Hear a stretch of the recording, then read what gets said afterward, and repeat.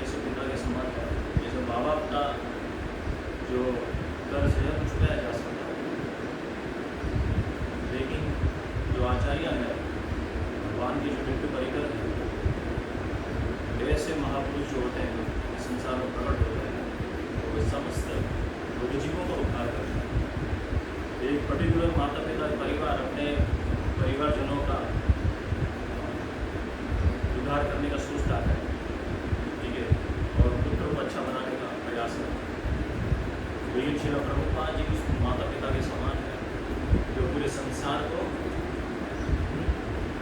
सुख प्रदान करने के लिए सोचता है, वास्तविक सुख, है ना, और जो दुष्कर्मों से बचाने का प्रयास है। तो इसीलिए श्री प्रभुपाद जी का जो क्रेडिट है, उनकी जो कृपा है, उसका जो ऋण है वो हम कभी भी चुका नहीं पाएंगे। माता पिता का चुका सकते हैं, लेकिन प्रभुपाद जी का कभी भी नहीं चुका सकते। तो श्रीमद् भागवत महापुराण, ये श्लोक मेरा फेवरेट श्लोक है। नष्ट प्राय शब्देशु नित्यम भागवतम से भगवती तमा श्लोके भक्तिर भगवती नष्ट। तो ये क्या करता है, सारे आप वगैरह जितने कलयुग के जो नेगेटिव जितने भी चीज़ें हैं उन सबको डिस्ट्रॉय करते हैं, दूर भगा देते हैं। श्लोक क्रमांक 22 है, 10.14.20। तो पिछले श्लोकों में चर्चा हुई थी, ब्रह्मा जी स्तुति को बोल रहे हैं।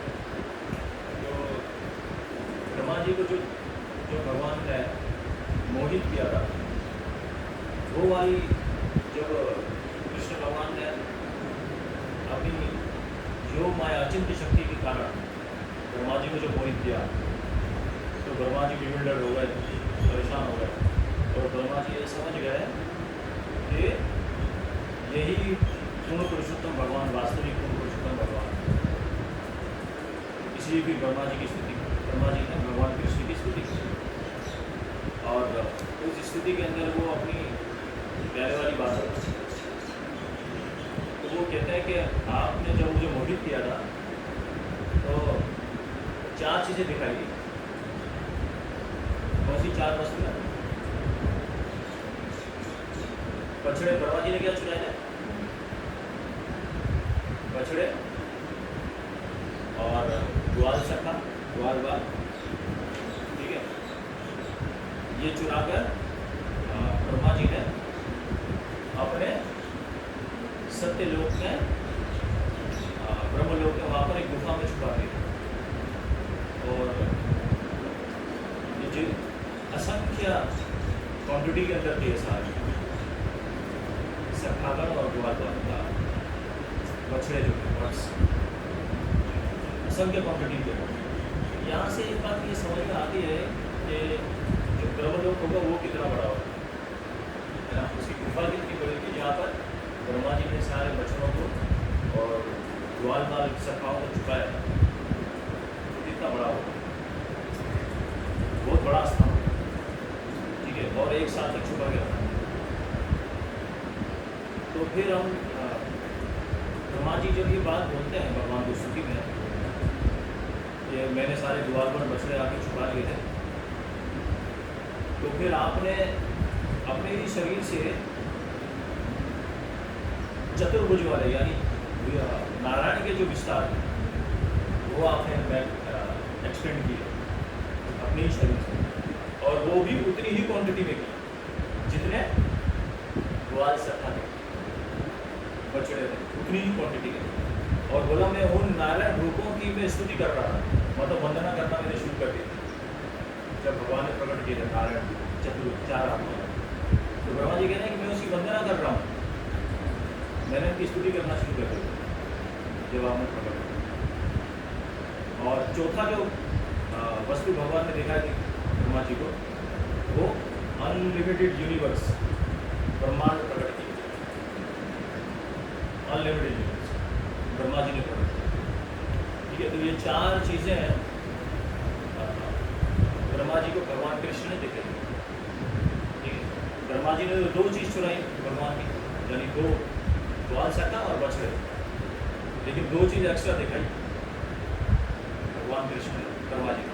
ये बात ब्रह्मा जी स्तुति के अंदर बताया। बोला आपने दिखाई मुझे ये सब, तो बोला आप असली मायापतियों के भी मायापति हैं, ठीक है, मायापतियों के भी असली मायापति आप। और बोला कि हालांकि आप इस ब्रह्मांड के अंदर मुझे दिखाई दे रहे हो, लेकिन आप संपूर्ण ब्रह्मांड के स्वामी हो।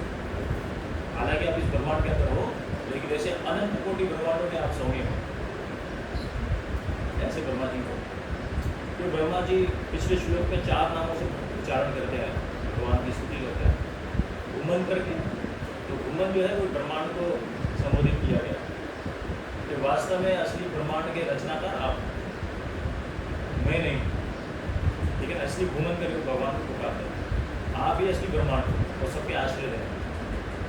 फिर हे भगवान करके पुकारा, हे भगवान। तो भगवान का मतलब है कि असली भगवान आप ही हो, पूर्ण पुरुषोत्तम भगवान आप हो, आपकी आराधना करनी चाहिए। पराशर मुनि ने भगवान शब्द में 6 ईश्वरी बताया, तो वो 6 ईश्वरी श्री कृष्ण भगवान के अंदर पूर्ण परिपूर्ण मात्रा के अंदर है, इसीलिए कृष्ण को पूर्ण पुरुषोत्तम भगवान कहा गया। और ये भगवान शब्द जो है कृष्ण के लिए आया है, अल्टीमेटली देखते हैं, ठीक है ना। और यहाँ पे स्वयं ब्रह्मा जी कृष्ण को ये शब्दों से पुकारते हैं कि वास्तव में असली भगवान आप, असली भगवान आप हो। और फिर तीसरा शब्द बोलते परमात्मा, यानी आत्माओं की भी जो आत्मा हो, परमात्मा से कर वो आप। जैसे आत्मा के ना 3 स्तर है, आत्मा, परमात्मा और मध्य स्तर, ठीक है ना, यानी बीच वाला स्तर, 3 स्तर बताए। तो जो बीच में जो होता है वास्तव में आत्मा परमात्मा दोनों, वो परम भगवान, ठीक है। तो यहाँ पे है परमात्मा। फिर चौथा शब्द उन्होंने भगवान की स्तुति की नाम की, वो है योगेश्वर। तो योगेश्वर शब्द हम कहाँ पे सुनते हैं, एक भक्त के संबंध में, भक्त और भगवान के संबंध में, और एक सिर्फ सिंपल भक्त के संबंध में हम देखते हैं भगवद गीता के, ठीक है। कहाँ पे देखते हैं, भगवद गीता 44 वर्ष, यत्र योगेश्वर कृष्ण यत्र पार्थो धनुर्धर तत्र शिव विजयो भूतिर ध्रुवा नीति मतिर्मोह। जहाँ भगवान श्री कृष्ण जैसे योगेश्वर हो और अर्जुन जैसे धनुर्धर हो, तो वहाँ पर मोरालिटी, एक्स्ट्राऑर्डिनरी पावर और विक्ट्री, ठीक है ना, विक्ट्री, ऐश्वर्य, श्री, ठीक है ना, ये सब मैनिफेस्ट हो जाती है, प्रकट हो जाती है। लेकिन ये दोनों होने चाहिए, भगवान और भगवान का, ये दो जहाँ होंगे तो ऑटोमेटिकली सब चीज़ें वहाँ पर संबंध हो जाएगी। तो इसलिए योगेश्वर पद कहा है। और अगर भक्त के संबंध में देखें तो वहाँ पर कृष्ण भगवान अर्जुन को 6ठे अध्याय का 47वां श्लोक होता है, 6.47, योगी नाम अभी सर्वेशम मत गदे अंतरात्मा श्रद्धावान भजति योगमान साम्य युक्त। हे अर्जुन, वो योगियों में सर्वश्रेष्ठ योगी कौन है, जो श्रद्धावान भजन के मान, जो मेरा श्रद्धा से मेरा भजन में लगा हुआ है, मुझे शरणागत, तो सर्वश्रेष्ठ योगी। योगियों में सर्वश्रेष्ठ योगी को भक्तों के हिसाब से बताया। तो अब ये जो योगी है, इन योगियों के ईश्वर कृष्ण, भगवान कृष्ण, योगी के ईश्वर भगवान कृष्ण। तो हम जो भी योग पद्धति करते हैं, उनके जो सुप्रीम कंट्रोलर होते हैं कृष्णा होते हैं। तो अगर इसी शब्द को अगर कोई समझ जाए तो वो केवल भगवान की ही भक्ति करेगा, कृष्ण को माने, इधर उधर भटकेगा, बिना भटके भगवान की सेवा नहीं करेगा। क्योंकि योग के सारे योग जितने भी आप करते हो, उसका ईश्वर ही भगवान है, कृष्ण है, तो फिर किसी को मान शरण, जैसे ब्रह्मा जी बोलते हैं। और बोला जो आपकी जो लीला है, आपकी जो पास है भगवान जो लीलाएं करते हैं, वो तीनों लोगों में निरंतर चलती रहती है। पिछले श्लोकों का कंटिन्यूसली वो मैनिफेस्ट होती है और कंटिन्यूसली ऑन रहती है, चलती रहती है। और तीनों लोगों के 3 लोग कौन कौन से हैं, earth planet, heavenly planet and lower planet. ये तीनों को जब मिलाते हैं तो 3 लोग हो जाते हैं। मोटा मोटा जब हम 3 लोगों की बात करते हैं तो ये ब्रह्मांड होता है। ठीक है। तो इन तीनों लोगों में जो कृष्ण की लीलाएं चलती हैं और वो निरंतर चलती हैं, तो भगवान निरंतर लीलाएं करते हैं हर लोक में, हर प्लेनेट पे, हर जगह पर, ठीक है, हर स्थान पर। और ऐसी अनंत कोटि ब्रह्मांड है, वहाँ पे भगवान कंटिन्यूसली लीलाएं कर रहे हैं। एक भी लीला एक समय के लिए भी, एक मिनट के लिए भी रुकती नहीं है, एक मिनट के लिए भी नहीं रुकती है। भगवान कंटिन्यूसली वो लीलाएं कर रहे हैं।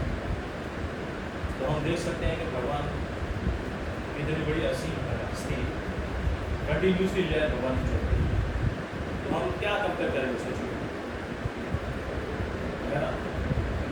जिसकी लीलाएं कंटिन्यूसली चलती है, कभी रुकती ही नहीं है, भगवान की निरंतर चलती है, अनंत कोटि भगवान, ऐसा ब्रह्मा जी बोलते हैं, ठीक है। तो बोला उसका कोई निरंतर चलती रहती है, किंतु इसका कोई अनुमान कौन लगा सकता है।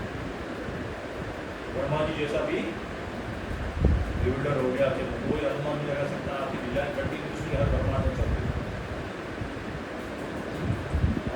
कौन लगा सकता है कि आप कहाँ मिलोगे,